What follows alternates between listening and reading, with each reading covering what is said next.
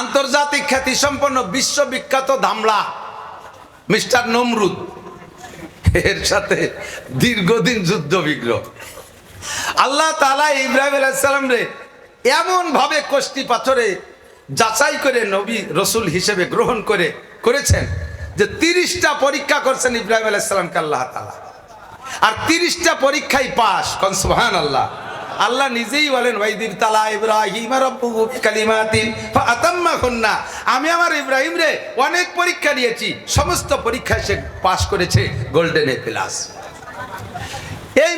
এই পাশের কারণে ইব্রাহিম আলাইহিস সালামের এই যোগ্যতার কারণে ইব্রাহিম আলাইহিস সালামকে আল্লাহ তাআলা অন্য নবীদের চাইতে আলাদা একটা পদ দিয়ে দিয়েছেন, সেটা হলো খলিলুল্লাহ। বলেন কি? আরবিতে খলিল মানে বন্ধু। এদিক দোস্ত, বাংলায় আমরা দোস্ত বলি, বন্ধু বলি, বিভিন্ন ভাষা বলি। আরবিতে দোস্ত বন্ধু বোঝানোর জন্য রফিক, সদিক, খলিল, হাবিব 4টে শব্দ। রফিক, সদিক, খলিল, হাবিব। কোন নবীকে আল্লাহ তাআলা সাদিক বলতে পারেন, কোন নবীকে আল্লাহ তাআলা রফিক বলতে পারেন।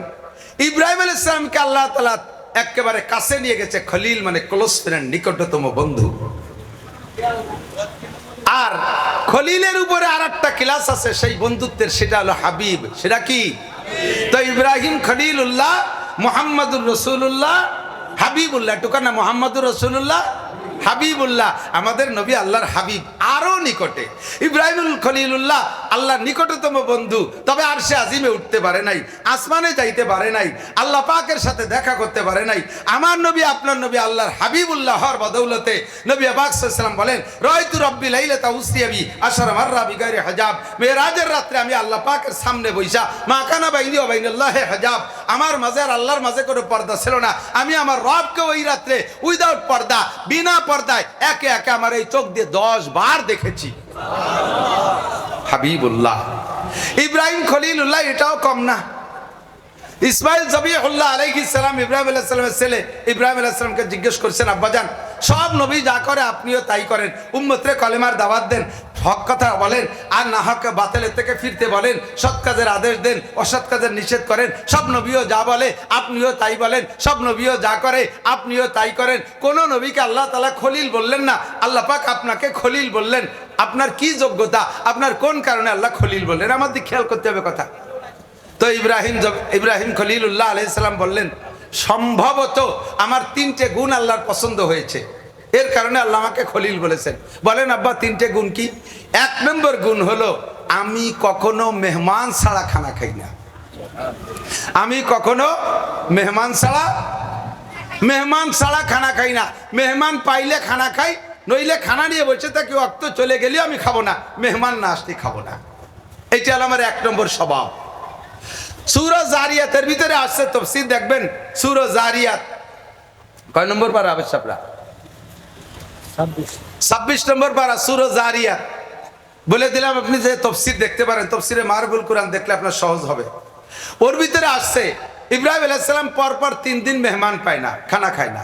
ওক্ত মতো খানা রান্না হয়, বসে থাকে, কেউ পায় না, একটা বিলেইও পায় না, একটা কুত্তাও পায় না, তো তার সাইডে দিয়ে খাবে। অবশেষে ক্ষুধায় ক্লান্ত হয়ে গেছে। আর সে আজিমের মালিকের পক্ষ থেকে লেখা আছে আরো 2 দিন মেহমান বরাদ্দ নাই। এই 2 দিন ইব্রাহিম না খেয়ে থাকলে কষ্ট হবে।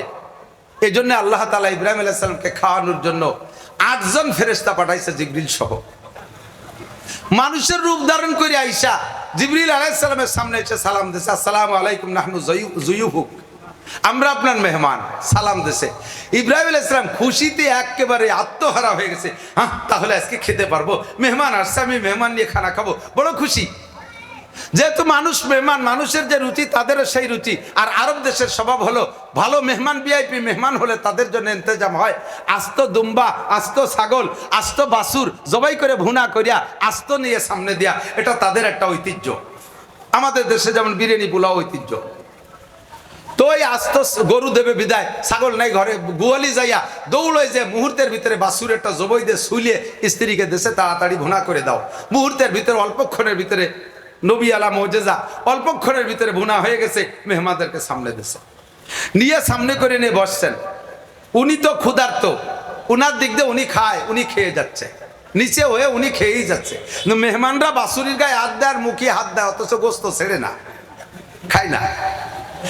উনার যখন বাসাদের আমাক জান বাঁচাও পরিমাণ অর্ধেকখানি খাওয়া হয়ে গেছে পেটের, এর মধ্যে ঘরের থেকে উনার স্ত্রী সারা আলাইহা সালাতু ওয়াস সালাম বলতেছেন, ইয়া খলিলাল্লাহ ইন্নাকা তাকুলু ওয়া হুম লা ইয়াকুলুন, আলা তারা, আপনি দেখেন না আপনার মেহমানরা খাচ্ছে না, তাদেরকে রুচিসম্মত হলো কিনা? হয়তো রুচিসম্মত হয় নাই বিদায় খাচ্ছে না, আপনি খেয়ে নিচ্ছেন, তারা খাইতেছে না, একটু খবর নেবেন না? চোখ তুলে দেখে যে সত্যি তাদের পাশে সে বাসুর ছেড়েই নেই। উনি এখন ভয়তে কম্পিত, তাহলে কি আপনাদের রুচিসম্মত মেহমানদারি, আমি নবী হয়ে আপনার মেহমানকে আমি রুচিসম্মত মেহমানদারি করতে পারলাম না, আমি আল্লাহর কাছে কি জবাব দেবো? উনি এভাবে কম্পিত। লিমা লা তাকুলুন ফাল মা আলা তাস্তাহুন, এটা কি আপনাদের পছন্দ হয় নাই? কেন খাচ্ছেন না? জিবরিল আলাইহিস সালাম দল নেতা, উনি বলতেছেন, ইন্না লা নাকুলা ওয়ালা নাশরাবা, আমরা খাইও না পানও করি না, খালি আজকে খাই না তা না, কোনোদিন খাই না, বিগত কোনোদিন খাই নাই, সামনে আল্লাহ সালি কোনোদিন খাবো না, আমরা কোনো সময় খাই না। তাহলে ফাআলান তোমরা কেমন মানুষ যে খাও না আর বেঁচে থাকো? তোমাদের পরিচয় কি? জিবরিল আলাইহিস সালাম জবাব দিলেন, নাহনু মালাইকাতুল্লাহ, জোরে কর না সুবহানাল্লাহ, আমরা ফেরেশতা খাই না। তাহলে এই অভিনয়টা আপনারা কেন করলেন, আমি মেহমান ছাড়া খানা খাই না? তো জিবরিল আলাইহিস সালাম বললেন, আল্লাহ পাক আপনার এই গুণটাকে এত ভালোবেসেছেন, এত পছন্দ করেছেন যে আপনি মেহমান ছাড়া খান না, অথচ কলমে লেখা আছে আরো 2 দিন মেহমান পাবেন না। তাহলে সে 2 দিনও না খেয়ে থাকলে কষ্ট হবে, আপনাকে খানা খাওয়ানোর জন্য আল্লাহ পাক আপনার এই গুণটাকে পছন্দ করে আমাদেরকে মেহমান হিসেবে পাঠিয়ে দিয়েছে। ইব্রাহিম আলাইহিস সালামের ইন্তেকালের আগে উনাকে বলছেন জিবরিল আলাইহিস সালাম, ইয়া খলিলাল্লাহ আতামুতাম তাহিয়া, ইব্রাহিম আপনি কি আরো অনেক দিন বেঁচে থাকতে চান নাকি মরার জন্য প্রস্তুত আছেন? ইব্রাহিম আলাইহিস সালাম জবাব দিলেন, এনি টাইম এভরিডে, কোনো সকাল সন্ধ্যা নাই, আমি মালিকের সাথে সাক্ষাৎ, দোস্তের সাথে মরণ ছাড়া সাক্ষাৎ হবে না, কাজে আমি মরার জন্য প্রস্তুত আছি। তবে আমার একটা দাবি, সেটা হলো আমি যতদিন বেঁচে ছিলাম অতদিন মেহমান ছাড়া খাই নেই, আমি মরার পরও কিয়ামত পর্যন্ত মানুষ আমার মেহমান হবে, এমন একটা ট্রাস্ট, এমন একটা মেহমানখানা আমি খুলে রেখে যেতে চাই, এমন একটা মেহমানখানা খুলে রেখে যেতে চাই যেখান থেকে কিয়ামত পর্যন্ত মানুষ মেহমানদারি নেবে আর আমি তার সওয়াব পাবো। এমন একটা পদ্ধতি জিবরাইল আমারে যদি শিখাই দিতে, আমি ট্রাস্টটা খুলে রেখে যেতে পারলে আমি মরণের ভিতরে তৃপ্তি পাইতাম। জিবরিল আলাইহিস সালাম চলে গেছে আল্লাহর কাছে, যে বলতে, আল্লাহ তোমার খলিল তো মরার জন্য পাগল হয়ে গেছে, তবে সে একটা মেহমানখানা খুলে রেখে আসতে চায়, যেই মেহমানদারিটা সমস্ত মানুষে গ্রহণ করবে। আরে ভাই এদিক তাকান, সিগারেটের কারখানা খুলে রেখে গেল, এ কি আমরা হুজুররা খাবো? মদের কারখানা খুলে রেখে গেল, মাদারুরা খাবে। গাজার কারখানা খুলে রাখলো, গাজাখোররা খাবে। ইয়াবা পার্টি ইয়াবা খাবে, সবাই খায়, এমন কি হতে পারে? বাদ বাঙালিরা খায়, ওরা খায় রুটি। এক এক দেশের মানুষ এক একটা খায়, তো কি মেহমানদারি খুলে রেখে যাওয়া যায়? এই নিয়ে আল্লাহ পাকের কাছে প্রস্তাব পাঠাইছে জিবরাইলের মাধ্যমে। আল্লাহ পাক বললেন, আরে যে যা খাক না খাক, একটা জিনিস সবাই খায়, সেটা হলো লবণ। এটা সবাই খায়। সে সময় পর্যন্ত দুনিয়ার নদ নদী সাগর সমুদ্রে লবণ ছিল না। আল্লাহ পাক জিবরিলকে বললেন, 1 মুঠ লবণ নিয়ে আমার ইব্রাহিমের হাতে দাও, ইব্রাহিম লবণটা হাতের মধ্যে রগড়াবে, এরপরে পানিতে ফেলে দাও, পানিতে ফেলার পরে মিকাইলের দায়িত্ব দাও, পানির মাধ্যমে সারা পৃথিবী মানুষের কাছে এই লবণ পৌঁছে দেবে। বিশ্বের যে যেখান থেকে পানির ভিতর থেকে লবণ তুলে বের করে খাবে, আমার ইব্রাহিমের মেহমান হবে, আমার ইব্রাহিম কবরে বসে মেহমানদারি সওয়াব পেতে থাকবে।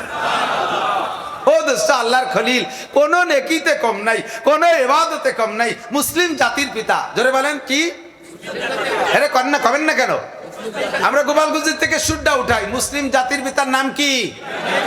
মিল্লাত আবিকুম ইব্রাহিম ওয়া সাম্মাকুমুল মুসলিমিন। পাকিস্তানিরা কায়দে আজমরে জাতির পিতা কয়, আমরা বাঙালিরা বঙ্গবন্ধুরে বলতে পারি। এটা আমাদের আঞ্চলিক সীমাবদ্ধ এলাকার জন্য।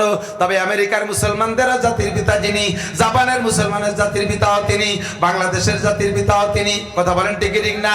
সারা দুনিয়ার 200 কোটি মুসলমান, 800 কোটি কাফির যদি মুসলমান হইয়া যায়, সঙ্গে সঙ্গে তার জাতির পিতার নাম হবে কি? ইব্রাহিম খলিলুল্লাহ আলাইহিস সালাম। তার কোনো নেকিতে অভাব নাই, পদমর্যাদার অভাব নাই, সম্মানের অভাব নাই, তার আয়ের উৎসর অভাব নাই। তারপরও মরার আগে মেহমানদারি খুলে রেখে গেছেন, মরার আগে মেহমানদারি খুলে রেখে গেছেন। আমরা আপনারা লবণ খাই, বিস্কুটের মধ্যে লবণ আছে না নাই? কথা কান। ঝোল রান্না করি লবণ দিয়া, তারপরে তরি তরকারি সবকিছুর মধ্যে লবণ আছে। লবণ ছাড়া কোনো খানা খাই না, কম খাই বেশি খাই, একটা দানাও যদি খাই ইব্রাহিম খলিলুল্লাহ তার নেকি পাইয়া যায়।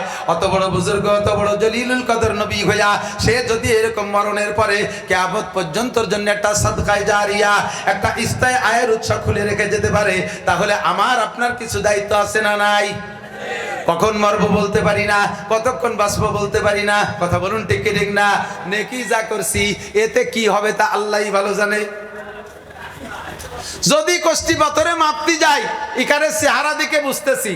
আমি মাঝে মাঝে বলি, যে যার ব্যবসা করে সে তার মাল দেখলি চেনে। কথা কন না?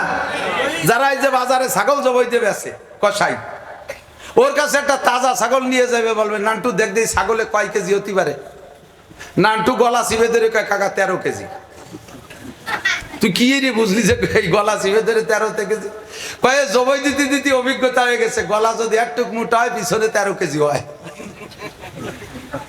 তো 10 বছর কষাইয়ের ব্যবসা করে যদি ছাগলের গলা চিপে ধরে পিছনে 13 কেজি বুঝতে পারে, আমি 30 বছর এই ওয়াজের ময়দানে কাজ করি। 92 সালে মৌলানা পাস করছি, 2 বছর পরে তেল্লা একটু করে মাঠে নামাইছে। তো 30 বছর বাংলাদেশের কোন জেলা থানা আমার যাইতে বাদ নাই, আর মানুষের চেহারা দেখতে বাদ নাই। বহুত মানুষ দেখেছি, দেখতে বড় সুন্দর, এত বড় দাড়ি, মাথায় তিনেন খেতে যে পাগড়ি বান্ধা, 43 বন্ধের যুব্য গায়, ঘাড়ের উপরে যায় নামাজ, বগলে দস্তারখান,